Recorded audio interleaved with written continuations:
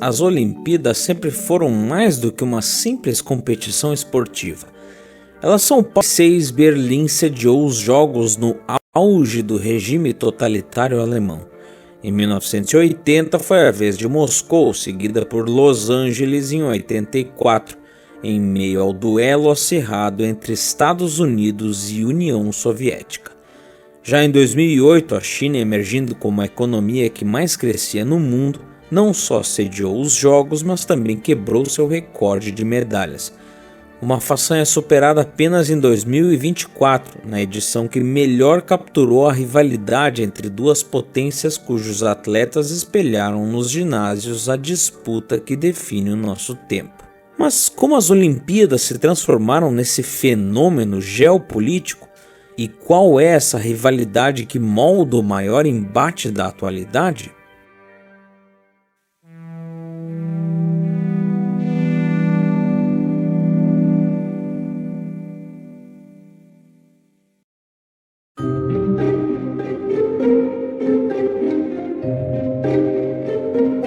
Reza a lenda que ainda na Grécia Antiga, quando se iniciaram os Jogos Olímpicos, uma trégua entre as cidades-estados em guerra era iniciada para dar espaço às honras aos atletas e a Zeus, o deus ao qual os Jogos eram dedicados. Para fazer bonito, cidades como Atenas e Esparta financiavam e incentivavam as práticas esportivas para seus jovens. Isso porque, assim como em campanhas militares, performar bem nessas competições era uma forma de demonstrar poder e virilidade frente aos inimigos. Embora Zeus não seja mais cultuado, as demonstrações de poder continuam sendo peça importante em cada edição olímpica. Desde que retornaram no final do século XIX, as Olimpíadas continuaram a exercer seu papel servindo como palco para disputas ideológicas e demonstrações de superioridade física e intelectual. O primeiro grande exemplo disso na era moderna foram os Jogos Olímpicos de 1936, realizados em Berlim, em pleno auge do regime supremacista racial que tomou conta da Alemanha. Naquela edição, Adolf Hitler discursou e utilizou o evento como vitrine para promover a ideologia nazista, apresentando a Alemanha como uma nação ressurgida, além de mais forte e superior do que as nações mestiças.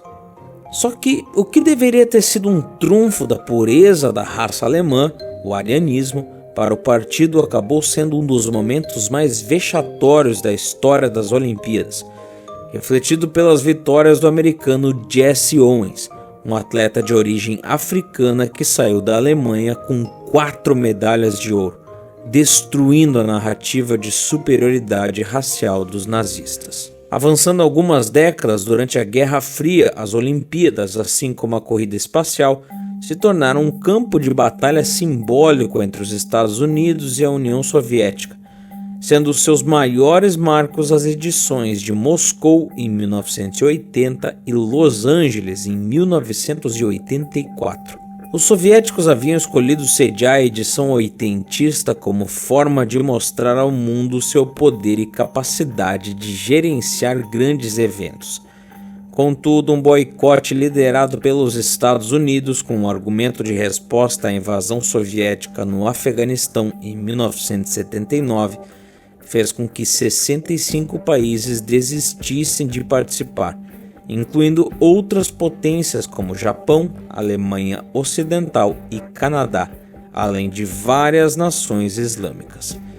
Esse boicote resultou na menor participação desde 56, com apenas 80 países competindo. Já os efeitos na política internacional foram extremamente limitados, visto que a guerra no Afeganistão continuou até 1989, mostrando que esse tipo de ação era apenas simbólica, sendo mais uma ação de propaganda ideológica internacional do que uma ação com efeitos diplomáticos práticos. 4 anos depois, em 84, foi a vez de a União Soviética liderar um boicote aos Jogos de Los Angeles, alegando preocupações com a segurança de seus atletas em território americano. 14 países do bloco soviético, além da Alemanha Oriental e Cuba, aderiram ao boicote. No entanto, o impacto foi muito menor do que o esperado, com 140 nações competindo nos jogos e estabelecendo um novo recorde de participação. A Romênia, única nação do bloco soviético a competir, foi calorosamente recebida e terminou em segundo lugar no quadro de medalhas, marcando a edição de 84 como um grande sucesso de público e audiência, já anunciando o enfraquecimento do bloco soviético, do qual ela se libertaria em 1989. Enfraquecimento esse que ficaria ainda mais explícito na edição de 92 em Barcelona, onde dezenas de ex-repúblicas soviéticas recém-saídas do bloco socialista que competiram sob a bandeira da Comunidade dos Estados Independentes, marcando o fim da União Soviética em torneios internacionais e com os países que no passado integravam a antiga União Soviética, ficando à frente no quadro de medalhas. Exemplo disso ocorreu agora em 2024 com a boxeadora marroquina Khadija El Mardi, que dividiu o público do mundo todo. A controvérsia surgiu após alegações que ela apresentava níveis elevados de testosterona, o que levou a questionamento sobre sua participação nas competições femininas, especialmente os que têm raízes ideológicas e políticas, mas influenciam de forma decisiva nos esportes. Mas se atletas já conseguem causar tantas polêmicas, o que dizer de todo o quadro de medalhas, que é a vitrine da principal disputa do século XXI?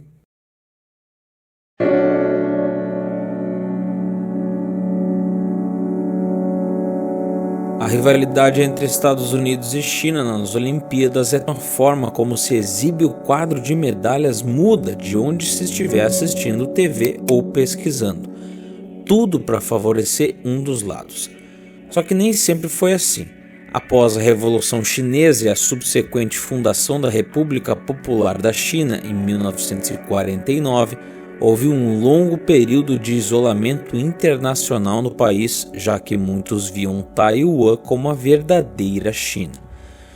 Isso levou o país a boicotar os Jogos Olímpicos de 1956 até 76 devido ao desacordo sobre a representação oficial da China nos eventos internacionais. Somente após a normalização das relações diplomáticas com os Estados Unidos em 1979 que a China voltou a participar dos Jogos Olímpicos.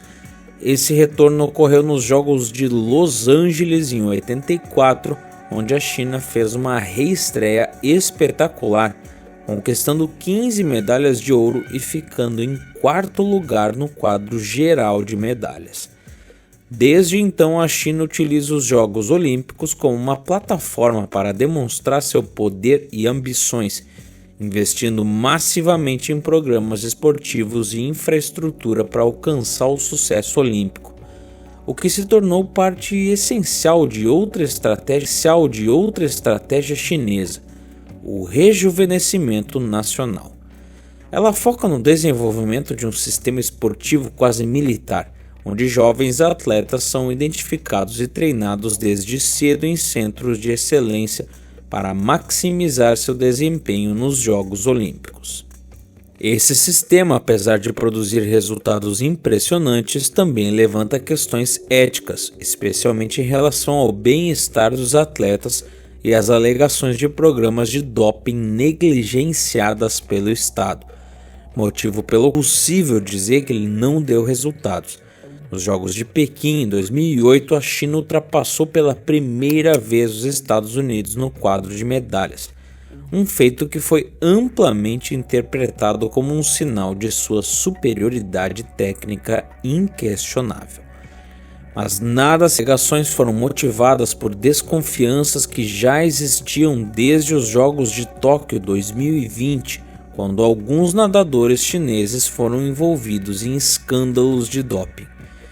À medida que se aproximavam os Jogos Olímpicos de Tóquio, 23 nadadores chineses foram declarados positivos para uma substância proibida, a trimetazidina, mas continuaram a nadar após a agência antidoping da China ter demorado a relatar essas amostras e a Agência Mundial Antidoping ter se recusado a intervir, conforme pôde ser lido em um comunicado publicado por esse comitê. Embora as autoridades americanas e internacionais de combate ao doping tenham apressado provas sólidas à AMA, as autoridades negligenciaram a abertura de uma investigação independente naquele momento. A China, em contrapartida, acusou os Estados Unidos de hipocrisia, apontando exemplos de atletas americanos que continuam competindo após testes positivos, sob alegações de contaminação alimentar. Ela destacou o caso do velocista Erriyon Knighton, que testou positivo para um esteroide anabolizante em março. Apesar do resultado, a agência antidoping dos Estados Unidos permitiu que Knighton competisse, argumentando que a substância teve origem em carne contaminada. O comitê chinês questionou por que mais testes não foram realizados, acusando os americanos de menosprezar os procedimentos e padrões antidoping. A agência chinesa foi além, pedindo uma investigação independente sobre as ações do comitê rival. Essa batalha pelo domínio no quadro de medalhas não é apenas sobre prestígio esportivo, mas sim uma disputa pelo chamado soft power global. Para a China, cada vitória olímpica é uma demonstração de sua ascensão como uma potência moderna e competente, projetando uma imagem de força e capacidade que é fundamental para sua narrativa de rejuvenescimento nacional. Para os Estados Unidos, manter a supremacia olímpica é crucial para sustentar sua posição de liderança global em um mundo onde o seu poder é cada vez mais contestado. Em um mundo calha conquistada ou perdida, pode ter implicações muito além do mundo esportivo. Será que o espírito olímpico vai resistir por muito tempo? Você concorda com isso? Deixa aqui nos comentários abaixo.